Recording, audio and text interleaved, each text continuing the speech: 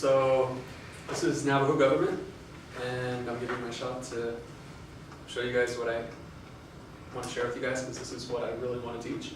So what we're going to be talking about today is the executive branch of the Navajo Nation government. And to start us off today, our cold call is going to be watching a video clip based on recent events within the Navajo tribe dealing with the U.S. government.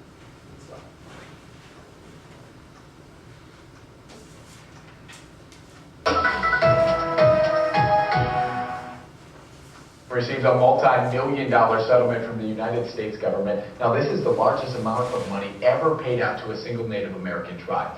KOAT Action 7 News reporter Kirsten Swanson spoke with Navajo Nation leaders about what this means for the tribe.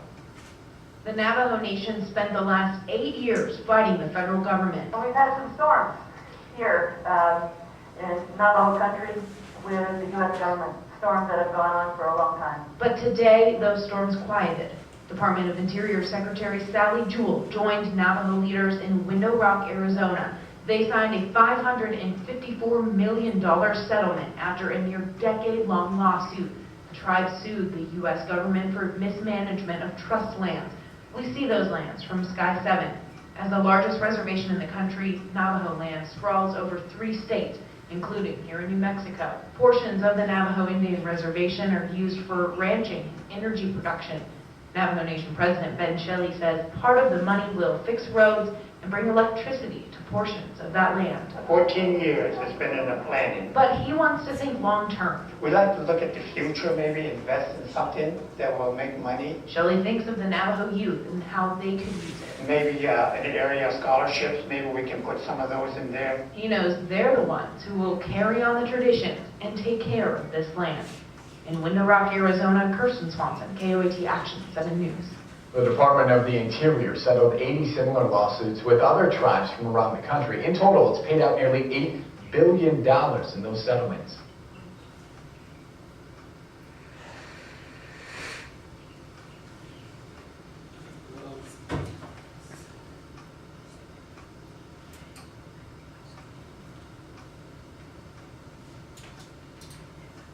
What you looking for? Just turning off the mute button. Push the middle ones, the AB. Oh, there it is. Okay, so from what you saw in the video, what can you tell about the Navajo government? Let's start off with Sai. I didn't even know you guys had a president. Okay, that's something. Nathan, what did you learn? They got a lot of money to do, it seems like, almost whatever they want to do. Not whatever they want to do, but like how they use that money, like can go towards something good. Okay. John, you look like you have something to say. Oh, I just didn't know how big the reservation was across 3 states, and that there are some areas that didn't have roads or electricity. And there's also areas that don't have running water. Yeah, right? Pretty unhospitable land in some of the areas. Do you have anything, Brian? Yeah, I was just thinking, I thought the land would probably be smaller and sprawling over 3 states. And I used to see the trucks going back and forth from when I was in Washington State, but I just didn't realize how. So just as a background refresher, the Navajo Nation is roughly the size of West Virginia. So it's larger than a few states. And that's just the main portion of the reservation, not including the 3, what I call the island chapters, which are non-contiguous with it. And so basically what we're covering today is how the executive branch of the Navajo Nation is operating. So today we're going to be learning how to identify and summarize the executive branch and identify how they operate. So, basing off the American government, what does the executive branch or the president have authority over? To declare war. Not the president. Okay, well, to just give a petition to war, it's the legislature that actually approves it. He enforces enforcing the law.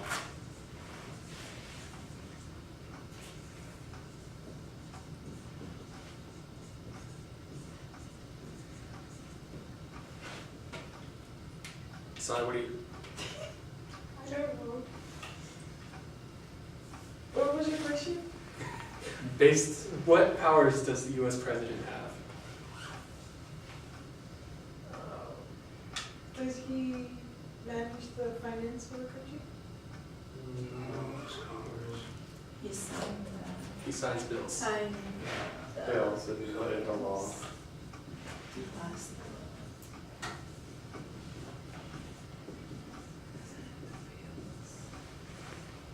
He gets to appoint cabinet members and Supreme Court justices that need approval from Congress, of course, going to be verified. Or solidified. Okay, so this is the US president. The Navajo Nation president is kind of similar, but not at the same time, if that makes sense. So, the office of the Navajo president only came into being in the 1990s. Before that, we had chairmen who were basically like the Speaker of the House from the tribal council. And the Navajo Nation president is basically the main, how would you call it, representative of the tribe. He is the person who signs tribal laws into action. He has this new power that came into effect in 2010, that's the line item veto. Basically, he can approve a whole bill, and if he doesn't like just a certain part, he can veto just the part of the bill that he doesn't like. Unlike the US president, where he has to accept the bill as a whole or not at all. And he basically embodies the sovereignty of the reservation. And so, okay, some of you look lost. What's up? I just have a question about kind of election and can anyone kind of become president? We're gonna go. Okay, wonderful. I'm excited. Any other clarities? I'm excited. Okay, so now that we have established who they are, In the video, was it keep telling people of how they're going to use the money, so does he manage to finance them? yes and no. The power of the purse amongst the Navajo Nation is spread between the legislative branch and the executive branch. And basically, when the tribe won the lawsuit and got all that money, they went around to each of the chapters or the local governments and were deciding what to do with the funding and where it should go. How much is it again? $550 million, $5.5 million. And so let's start off. The Navajo Nation president, the basis for running is you have to be a member of the Navajo tribe. You have to have lived on the reservation for 3 consecutive years before running. You have to be fluent in both English and Navajo. And you have to be, I believe, 35 in order to run. The position. Very similar in the US Constitution, you have to be over 35. And so, to be Navajo president, you also have to actually want the job. Because nowadays, hardly anyone will actually touch that position. Because supposedly it's cursed. And the office of the Navajo Nation president, in order to start off the elections, the opening days to file are from January to May. Basically, you finish up the application, you get, I think it was 200,000 signatures. No, not 200,000. 2,500 signatures. And you pay an application fee of $1,500. And then you go into the primary election. This past Navajo election, there was 11 candidates who had filed and completed all necessary paperwork, and they made it into the primary election. But the primary election is where it narrowed down to the 2 candidates. Primary elections are usually held in August, and then general election with the 2 top candidates is held in November, the same day as US election day. And their Navajo presidents are elected at large, there's no parties. And normally, the way I've seen it the past few years is there's always one candidate from Arizona and one candidate from New Mexico. I don't know if that's how it's actually forced to be, but that's how it ends up. And the last election was in 2014. But 2014 brought some controversy because of there was a candidate, full Navajo, grew up on the reservation, but the catch was he didn't speak Navajo fluently.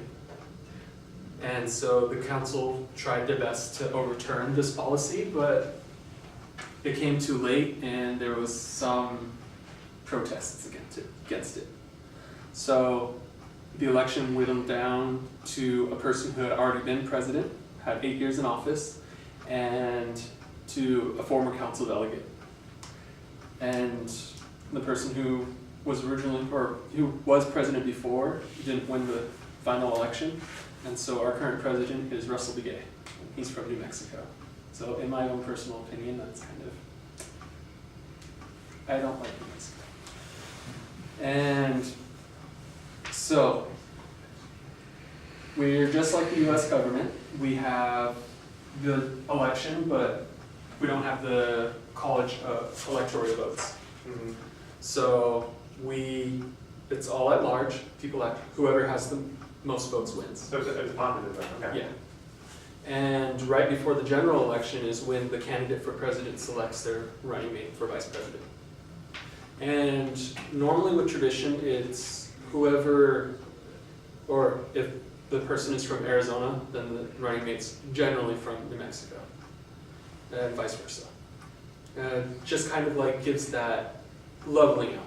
The reason why is because majority of the reservation lies in Arizona, and then New Mexico has the second most. Utah just has a small little sliver, but it's still a good portion. So I have yet to hear anyone running from Utah. But there was someone named Moroni who was running for president this past election. Moroni Benali. And so, once in office, they have a swearing-in ceremony conducted by a Navajo man or medicine man, which you guys might equate to like a shaman or a healer. I saw the BBC news. And they take in office. And they have a tight schedule that includes everything. They oversee the everyday life, or running of the government, and it's a full-time job, just like the U.S. president. How long are they in office for? Is it 4 years? They're in office for 4 years, and they can run for a second term, but they can't run for a third term consecutively. Okay. And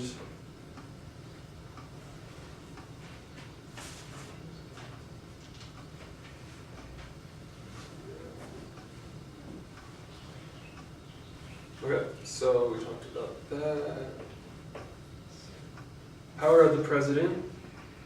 They have the line item veto. They can make executive orders.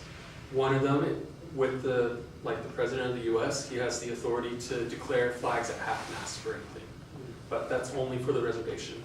Because we're a sovereign entity, we can follow US laws, but we don't follow state laws.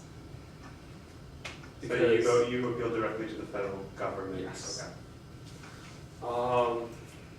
States only take care of the tribes for census and representation within Congress. Yeah? Do you guys vote for like the US president? Yes, we vote for presidents, and it's kind of weird because we don't really get representation much from the states, but we vote for state offices too. There's no U.S. citizens, but It's complicated because that's a whole nother lesson on citizenship. Oh. So the president, the most popular power that he has is the line item veto, because he's able to pick and choose what laws go into effect. That's only been since 2010, you said? Mm-hmm.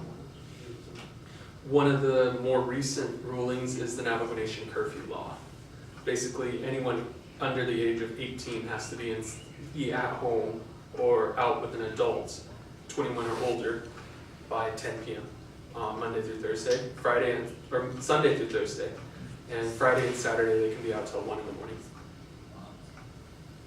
It's just sort of one of those safety concerns. And then the Navajo Nation Chief of Police reports to the president of the tribe, because it's sort of like the Honolulu PD, where it's, Honolulu PD is the whole island. The Navajo PD is for the whole reservation. And so they report straight to the tribe. And let's see. Like Last- chief? Navajos are one of the tribes that do not have chiefs, and we have never had chiefs. Oh, really? We've always just had peacekeepers. Well, we also had war Natanis, which is a war leader, and a peace. And they were sort of like the negotiators who would go around and Are they elected litigate or this. is it passed down to family? Sometimes it's hereditary, or sometimes it's just whoever shows the most power. We'll cover that in the judiciary lesson. And so, before we wrap things up, we have, within the executive branch, there's various programs that are under him. One of the interesting ones is, within the executive branch, is the Miss Navajo Nation. She is basically like, it's almost like a beauty pageant, except the only downside is there's a part where she has to talk Navajo for an interview, and she has to butcher sheep. Butcher How often are they? This is every year. The Navajo Nation Fair is when the contest is held. She has to be unmarried, 18 to 26 years old, and pursuing a college education. And you've been She has to be Navajo.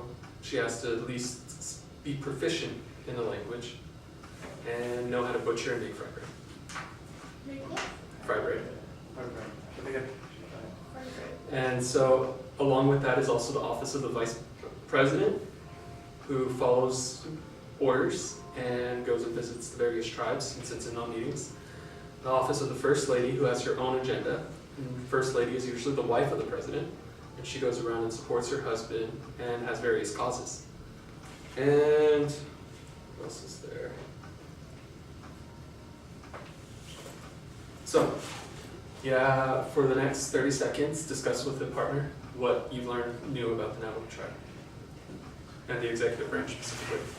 It's not so complicated.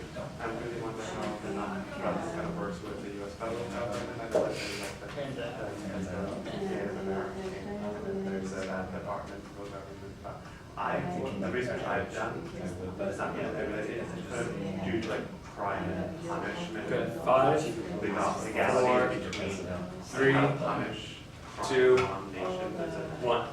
Tribes do that, it's the federal government. Okay, so, Sai, what did you learn? You don't have chiefs. Nate, what did you learn? That's what I said. But I think it's cool that like the chief of police and the Navajo community like, just report straight to the president. There's no middleman, it's like straight to. Brian, looks like you had something there. Yeah, I learned that, some of the powers kind of mirror the president of the United States powers. I mean, like, the reinforcement laws, being able to sign laws into, sign bills into law. Okay, so this will be the part where I'd have you write a paragraph explaining what you have learned and how it is applicable to understanding more about different governments. And so that's my lesson.